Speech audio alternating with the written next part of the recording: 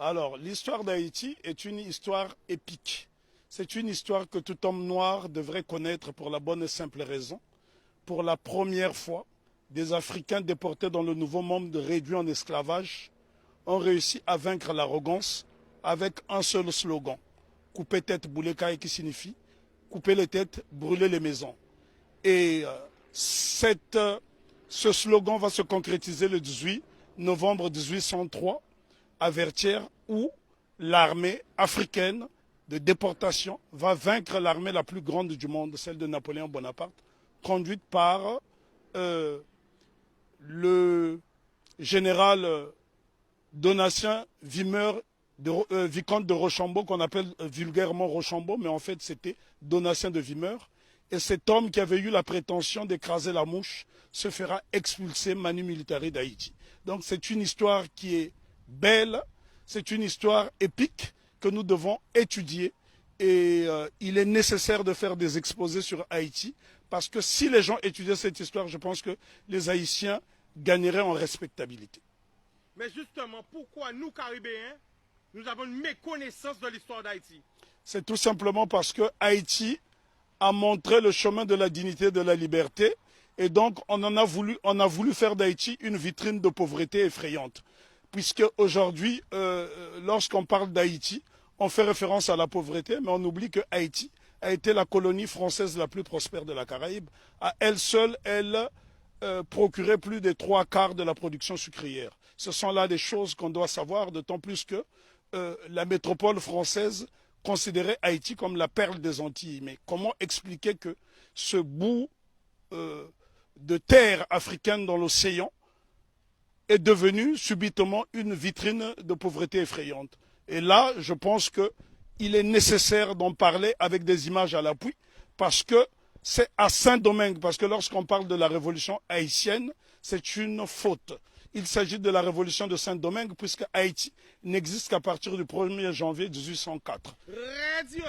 Donc Haïti n'existe qu'à partir du 1er janvier 1804. Avant, donc, c'était la révolution de Saint-Domingue qui commence dans la nuit du 13 au 14 août 1791, où pour la première fois, des Africains vont créer une coalition dans le Nouveau Monde pour vaincre l'arrogance. Et ce jour-là, les Africains étaient, je parle bien des Africains parce qu'il s'agissait des hommes qui ont été déportés d'Afrique, qui parlaient encore des langues africaines et qui pratiquaient des cultes africains. On pourrait citer notamment Makandal qui a été capturé au Congo. On pourrait citer Biassou qui était également congolais. Mais ça a été une coalition. En fait, la cérémonie dite du bois caïman est considérée comme un pré-congrès panafricain. Ce que les gens ne savent pas dans la Caraïbe, d'ailleurs, il y a un problème de connexion, puisqu'il n'y a pas assez de bateaux pour faire cette connexion. Et si je pense qu'il y avait cette possibilité de se rendre dans différentes îles, le mépris des Haïtiens serait tombé à l'eau. Puisque la Guadeloupe a connu une période de liberté entre 1794 et 1802, mais c'est grâce justement aux Haïtiens. Une année auparavant, les Haïtiens se sont affranchis. Parce que souvent on dit qu'on a libéré les esclaves en Haïti. Les Haïtiens n'ont jamais été libérés. Ils se sont affranchis tout seuls avec la machette. Donc voilà pourquoi Non, mais les Haïtiens sont les premiers Africains déportés dans la Caraïbe qui ont brisé les chaînes de l'oppression. Nous devons savoir que Haïti a eu pour vocation de libérer toutes les nations opprimées. Ce qu'on ne dit pas assez souvent, lorsque la Grèce a été dominée par les Ottomans, au milieu du 19e siècle, ce sont les Haïtiens, sous la présidence de Jean-Pierre Boyer, qui ont libéré la Grèce. Et ce sont des choses qui n'apparaissent pas dans les manuels scolaires. Une autre information inédite, c'est grâce à la voix d'Haïti que l'État d'Israël a été créé en 1948. Donc ça, ce sont des choses que les gens doivent savoir. Haïti a été le pays le plus démocratique du monde, puisque toute personne qui arrivait sur le sol haïtien était considérée comme nègre. Donc tous les opprimés de la planète trouvaient refuge en Haïti. Et ce pays est devenu aujourd'hui une vitrine effrayante de la pauvreté. Je suis obligé d'insister sur le mot de vitrine parce qu'il a subi un blocus qu'aucune nation n'avait subi. Imaginez-vous qu'une petite île comme Haïti a été victime du syndicat des empires coloniaux qui était constitué du Danemark, de la France, de l'Espagne, de l'Angleterre, des États-Unis d'Amérique, de la Hollande, de la Suède, parce que toutes ces nations ne voulait pas voir une nation indépendante nègre. Et souvent on dit de Haïti que ça a été la première république nègre. Non, Haïti n'a jamais été une première république nègre, ça a été un empire africain reconstitué puisque l'empereur Jean-Jacques Dessalines va se faire couronner empereur Jacques Ier. Donc c'est la noblesse africaine. Attends. Ben, en tout cas, il y a beaucoup de choses à dire sur Haïti. Haïti est un modèle de fierté et de dignité. Ce sont les Haïtiens qui ont montré à la race noire tout entière ce que c'est que la dignité. Pour la bonne et simple raison, c'est en 1993 ans après la révolution de Saint-Domingue, celle-ci va inspirer les Éthiopiens qui vont être conseillés par un digne fils d'Haïti du nom de Benito Sylvain, qui sera élevé au titre de jazz match par l'empereur Ménélique II. Lorsqu'on parle de la bataille d'Adoua, ce qu'on oublie de mentionner, c'est que l'empereur Ménélique II, qui a mis fin à l'impérialisme sur le continent africain, en tout cas c'est lui qui a signé l'acte de décès de l'impérialisme sur le continent africain le 1er mars 1896, 93 ans après la révolution de Saint-Domingue, c'est un Haïtien du nom de Benito Sylvain qui le conseille. Donc ce sont des choses à savoir et à intégrer. Je souffre de voir que les Haïtiens sont la risée du monde dans la Caraïbe, alors qu'ils sont ceux qui nous ont montré la voie de la rédemption. Donc respect, big respect à Haïti. En tout cas, je me sens haïtien. Moi aussi. Alors pourquoi justement nous avons, nous tout près comme ça d'Haïti, on a cette méconnaissance de l'histoire? C'est tout simplement parce qu'on a isolé la Guadeloupe et la Martinique pour ne pas que l'exemple d'Haïti fasse tache d'huile dans la Caraïbe. Voilà la crainte. Parce que Haïti a été une nation prospère. Il faut visiter Haïti pour se rendre compte. Lorsque vous voyez Haïti, Haïti est avant tout le symbole du panafricanisme, puisque le second chef d'État d'Haïti, c'est l'empereur, plutôt le roi Henri Christophe, qui était originaire de Grenade. Donc Haïti a eu pour chef d'État un homme de la Grenade et qui a été l'un des principaux bâtisseurs, qui a créé le palais de la Monnaie, qui a bâti 15 châteaux, qui a bâti 4 forteresses, notamment la citadelle Henri, qui est le plus grand fort des Amériques. Et ce bâtiment est tellement beau qu'il faut le voir depuis le ciel pour en apprécier, l'ouvrage d'art que c'est. Parce que n'oubliez pas que deux édifices essentiellement ont défié le temps. La citadelle Henri et le palais de Sans Souci, qui avait 365 portes et fenêtres. Ça veut dire que le roi Henri Christophe pouvait se permettre d'ouvrir une porte, une fenêtre par jour pendant toute l'année. Et c'est pour vous dire à quel point, et les architectes étaient tous noirs. Si vous allez par exemple dans la ville de Kenskoff, vous trouverez le fort Alexandre et le fort Jacques qui sont reliés par un tunnel et c'est à 1200 mètres d'altitude. La question qu'on doit se poser, comment les Africains déportés à Saint-Domingue ont pu construire ces édifices qui ont défié le temps? Aujourd'hui, lorsque vous voyez un cyclone dans la Caraïbe, il suffit d'un petit cyclone pour que les maisons s'envolent, alors que les Africains ont fait exploser leur génie pendant la période de captivité, bien que les Haïtiens se sont affranchis dès 1793, parce qu'il ne faut pas croire à ce que les historiens disent en faisant croire que les Haïtiens ont été libérés. Non. Lorsque les Négrés sont arrivés, les Haïtiens étaient déjà libres, puisqu'ils avaient lancé ce fameux slogan « Coupez tête, boulet caille ». Et il y a un homme dont on ne parle pas, on parle souvent de Toussaint Louverture, qui fut le plus grand des généraux nègres de tous les temps. On parle de Jean-Jacques Dessalines, je dis béni soit leur nom pour l'éternité, mais seulement, il y a un jeune colonel qui s'est battu âprement lors de la bataille de Vertières, c'est Capois-la-Mort, François Capois-la-Mort, qui a défié les canons de l'insolence, les canons de l'arrogance en disant « j'aime la mort ». Et Capois, on le retrouve sur le billet de Sangourde en Haïti. Ce sont là des éléments essentiels que nous devons connaître afin d'aller vers l'émancipation définitive. Alors, en résumé, pour parler d'Haïti. On ne peut pas résumer l'histoire d'Haïti, elle est trop belle, elle est trop grande, elle est trop belle. L'histoire d'Haïti, oui, on ne peut pas résumer l'histoire d'Haïti. Haïti, on doit en parler avec passion.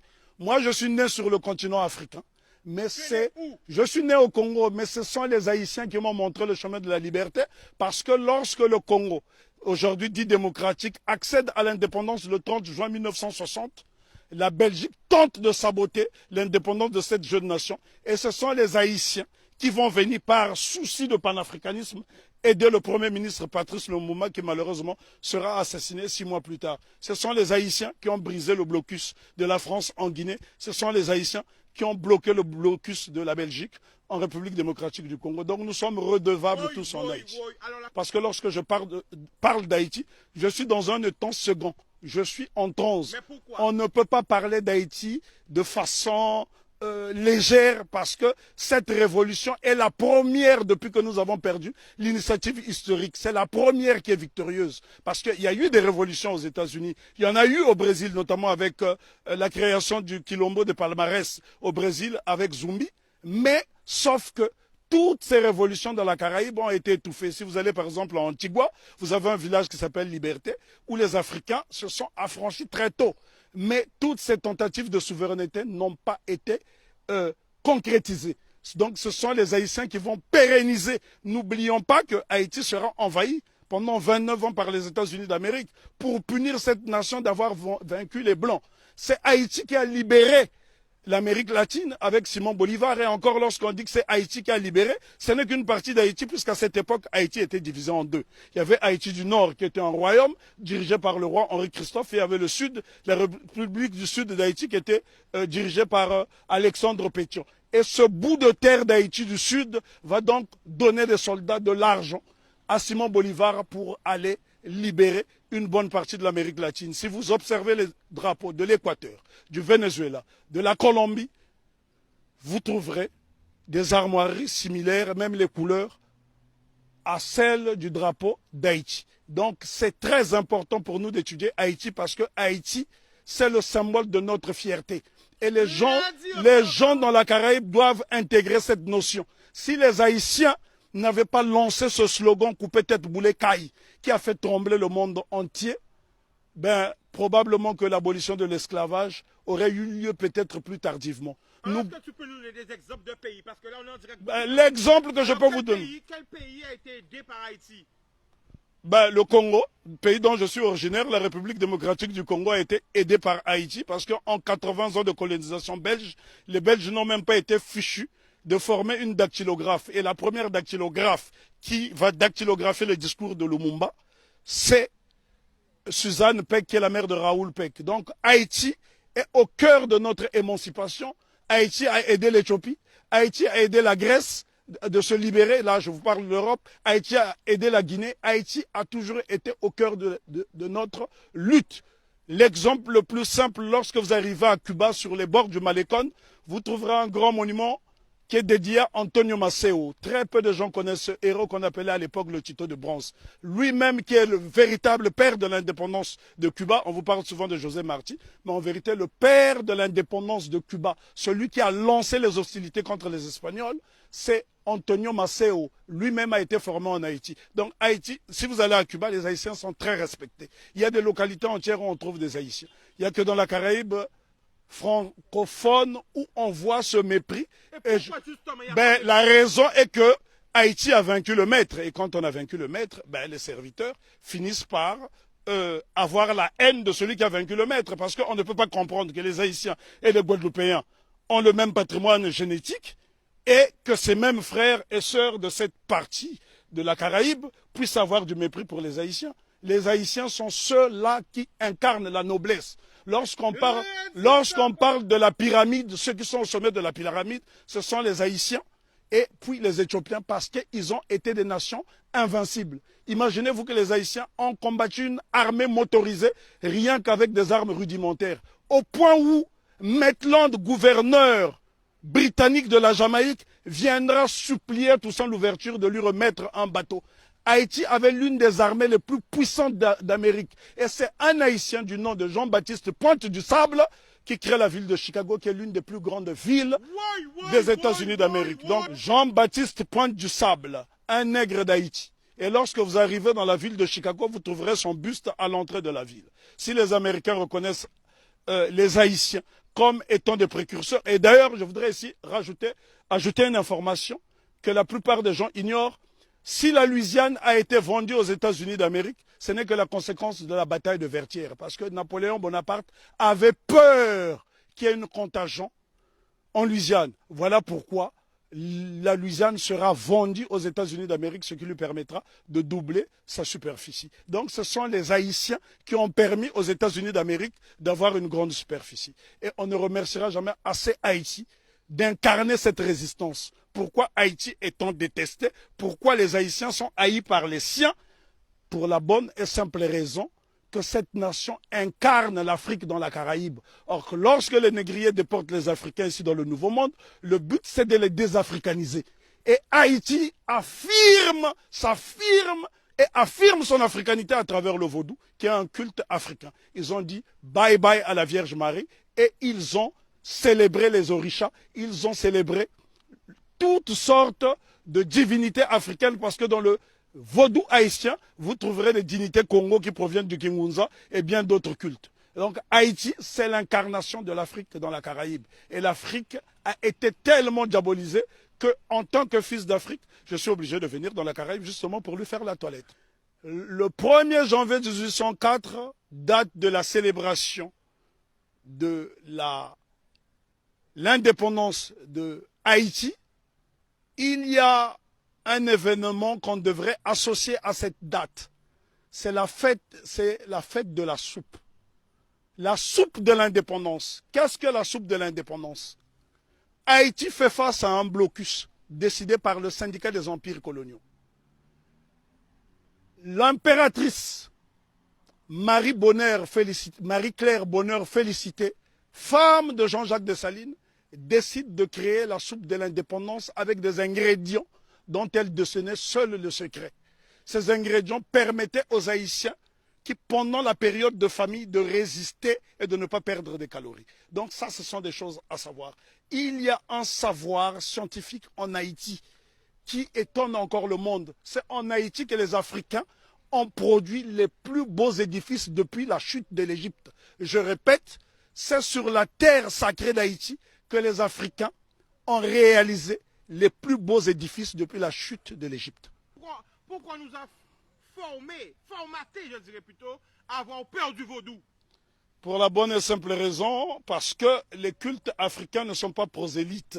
Et ces cultes ont permis justement aux marrons de résister et les cultes africains ont survécu dans toute la Caraïbe, pas seulement en Haïti. Si vous allez par exemple en Jamaïque, il y a le Pacomania, c'est un culte typiquement africain. Allez en Dominique, vous trouverez ces cultes africains. Le problème est que les gens ne s'intéressent pas à ces cultes. Lorsque vous voyez par exemple le Grappa à Congo qui sera célébré après-demain à Cap-Esther par la famille Massembo, ce sont des postes de résistance africaine dans la Caraïbe. Et dire simplement à mes frères et sœurs de la Caraïbe que n'ayez pas peur d'Haïti, faites-en une source parce que l'eau qui provient de la source haïtienne est intarissable et cette eau est tellement limpide qu'elle nous permettra d'avoir une vision claire et nette. Nous ne pouvons pas juger Haïti à travers des lunettes du négrier. Sinon, on finira par avoir un regard étriqué. Jugeons Haïti à travers nos propres lunettes. Voilà pourquoi Marcus Garvey disait « Si le nègre ne prend pas garde à lui, il boira tous les poisons de la civilisation moderne et il en mourra. Vive Haïti !» Je tiens à signaler que j'ai la particularité de faire des conférences sur l'Afrique gratuitement dans la Caraïbe parce que mon but justement, c'est de raconter la version du gibier qui n'a jamais été racontée. Parce que pendant 400 ans, vous avez eu droit à la version du chasseur. Et les Africains disent dans un proverbe très éloquent, tant que les lions n'auront pas leurs propres historiens, les histoires de chasse seront toujours à la gloire du chasseur. Donc je suis là en tant que gibier pour vous apporter la version solide de l'Afrique.